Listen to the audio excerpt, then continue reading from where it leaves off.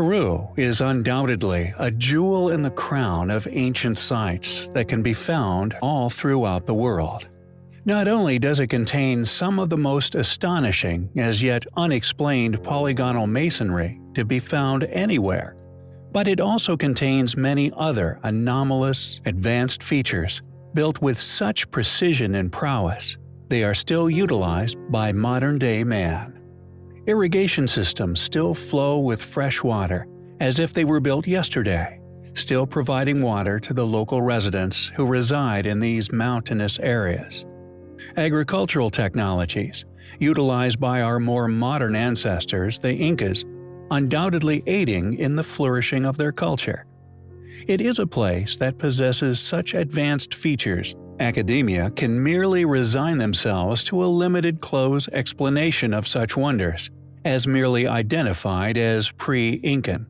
This without any explanation as to how these ancient groups, who predate those who they have studied in depth, were aware of such advanced, elegant solutions to farming, water sourcing, building, and many other miraculous techniques for survival among these notoriously inaccessible cliffs throughout the Inca Trail. However, deep within the Andes, far away from the well-worn tourist routes, is possibly one of the most perplexing ancient ruins of them all. Known as Napahuaca, it is a rock-cut ruin that is seemingly placed alone in a place of no initially obvious significance, no indication that it was linked to any existing pre-Incan ruin. Yet the precision and indeed obvious effort that went into the creation of this anomalous artifact is undeniable.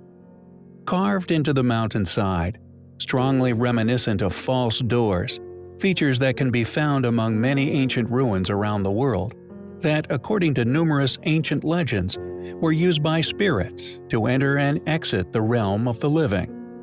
It is intricately designed, features smooth, seemingly laser-cut surfaces, which in regard to its dating is nothing short of astonishing. Found at an altitude of nearly 3,000 feet above sea level, it contains many baffling features, which may indicate why this seemingly inconspicuous location was selected. The ceiling and floor of the cave entrance, for instance, not only appear as if it was hewn with laser-like precision, but were also carved at two precise separate angles, one of 60 degrees and another of 52 degrees. These angles, intriguingly, are also found within the Great Pyramids of Giza at numerous locations.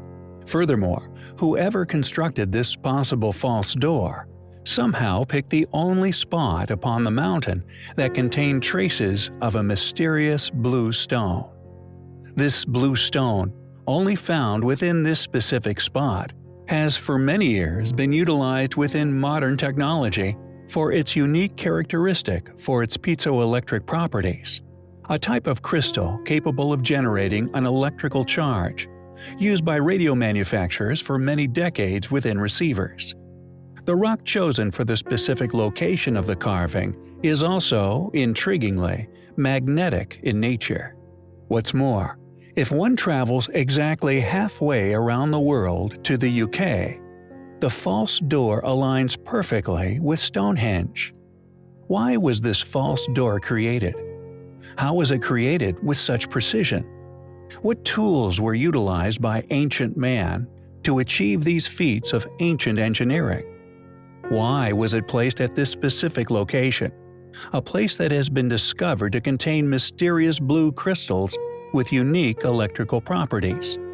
Is this false door, like many alternative researchers have postulated, a portal of some kind, allowing the teleportation of an ancient advanced civilization?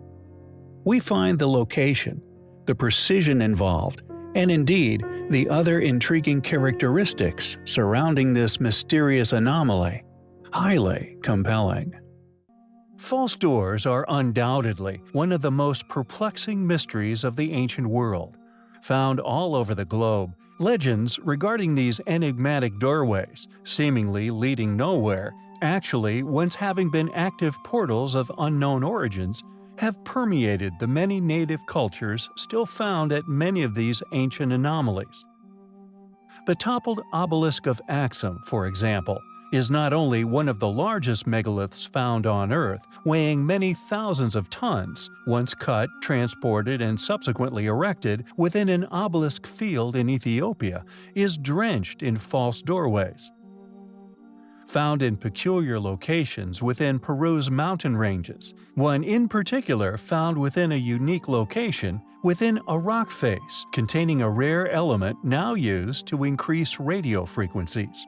Yet the most intriguing and well-known of these doorways is the Gateway to the Gods, also known as the Midas Monument. Once perfectly carved into one face of a slim outcrop within this ancient site, literally translated as inscribed rock within the Eskişehir province in Turkey. Predictably, any circumstantial evidence that would suggest a date of creation within new or known world history have taken place by the academics tasked with dating the monument and the surrounding relics. The crude inscriptions, which we feel, due to the difference in quality and ability of their creators, we believe dated at a more primitive time, have been used to age the monument to no earlier than the 6th century BC. This inscription, translated as "Attis has dedicated this monument to Midas, Lavactus, and Vanax," being used to date the entire site. Quote, "The name Attis, a variant of Attis, is a prominent name in Phrygia associated with royalty. The fact that the dedication is made to Midas may indicate that he had received posthumous ruler cult. Various indications place the date of the monument's construction in the early to mid-7th century BC. The inscription probably indicates that the monument was erected after the death of Midas in the early 7th century BC. Another inscription on the right side of the monument includes the letter Yod, which was added to the Phrygian alphabet in the mid-6th century BC." End quote. No consideration has apparently been given to the possibility that, like many other as yet unexplained ruins we have shared, may have simply been re-inhabited and subsequently claimed as this people's work, giving a false perception of abilities and power. We find this curious. Who built the Midas Monument? Could these false doors have actually once been portals to another place? We find such hypothesis, and indeed the monument itself, highly compelling. We recently covered the enigmatic megalith known as the White Rock of Vilcabamba within Peru, showing how this rock was in fact abandoned midway through being harvested of blocks to be used in the nearby polygonal masonry, with many other sites, many still strewn with blocks cut with a natural-appearing face but a right-angled interlocking body. Yet upon the white rock still remained other mysterious patterns, such as that of the 90-degree steps cut into the stone.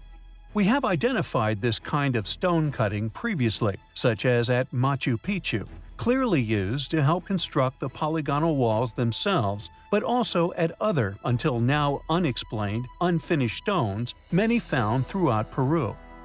Nalpa Iglesia, for example, found just outside the astonishing ancient ruins of Ollantaytambo, a mysterious megalith that many, including us, previously presumed was possibly some elaborate, deliberate carving, a throne, or possibly, like the false door meters away, an ancient portal of some form. However, when one approaches said rock with the same eye as that of the White Rock, one quickly finds matching stonework, finished and installed as that of the water fountain found within Ollantaytambo itself, thus further supporting our hypothesis of these types of stone cuts, and indeed step patterning found upon them is indicative of unfinished, abruptly abandoned stonework, many left unliberated or strewn among their ancient quarries. As with the many other discoveries made, once one begins to perceive unexplained artifacts of this nature in the correct way, they suddenly make sense, and the supportive evidence simply flows from the hidden into plain sight.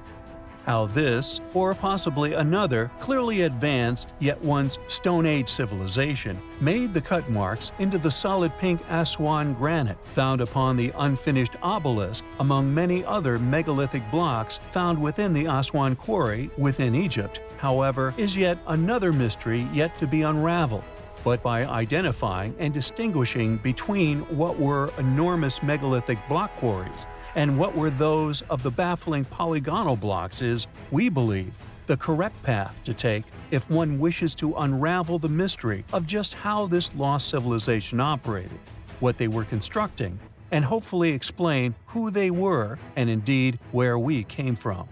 It is a pursuit which we find highly compelling.